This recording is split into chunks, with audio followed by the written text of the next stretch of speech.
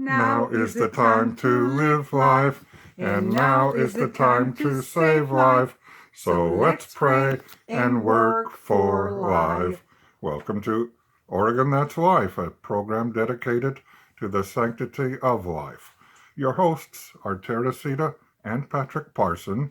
We are the life couple for the Oregon Knights of Columbus. And today is June 22, 2019, and we had some bad news to report today. I'm afraid so. The Oregon House passed Senate Bill 579 on June 18, which creates an exception to the Death with Dignity Act 15-day waiting period for patients with less than 15 days to live. And I'm sure the governor will sign it in even less than that amount of time. It isn't bad enough to encourage suicide. Now in Oregon, we are encouraging people to commit suicide even quicker. But here is some good news. The U.S. Supreme Court ruled that the Bladensburg Cross in Maryland, completed in 1925 to commemorate American World War I dead, is allowed to stand.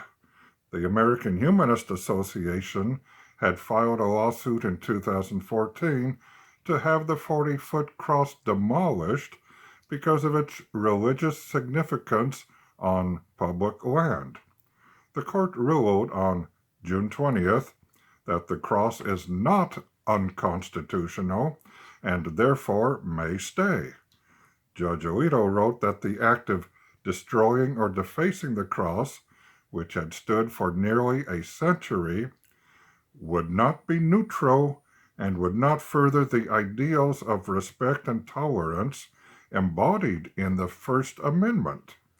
If we compare that to Quebec, Canada, who on June 16 voted for a ban on religious symbols on public servants, included teachers and police officers, to ensure separation of religion and state. The ban includes Jewish skull caps, Sikh turbans, Muslims head scarves, and Catholic crosses. I wonder what they want to do about the 24-foot tall granite Canadian Cross of Sacrifice, which is near the tomb of the unknown soldier at the U.S. Arlington National Cemetery. But on June 11, the Wascom City Council in Texas voted to make Wascom a sanctuary city to the unborn. They are the first city in Texas that has voted to do not allow abortion providers from operating in their jurisdiction. It sounds like maybe there is hope in this country after all. Yes, which is what God tells us in Jeremiah 29:11. For I know well the plans I have in mind for you, oracle of the Lord, plans for your welfare and not for woe, so as to give you a future of hope. So God gives us hope. In Jeremiah chapter 29, verse 11, he tells us he knows well the plans he has for us, plans that are for our welfare and future. What future of hope do we offer unborn children with abortion, or the aged and vulnerable with euthanasia or assisted suicide? Let's work for life and toward the future of hope God plans for us. We're working together to save lives. We're working together to save lives.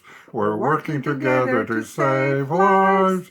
'Cause we all have the right to live. God gives us a future of hope. God gives us a future of hope. Let's guide each other in that way, for the plans God has made for us. So even though the culture of death is found at all levels, we can keep standing up for the protection of people wherever and whoever they are. And as always, Oregon, remember, that's life.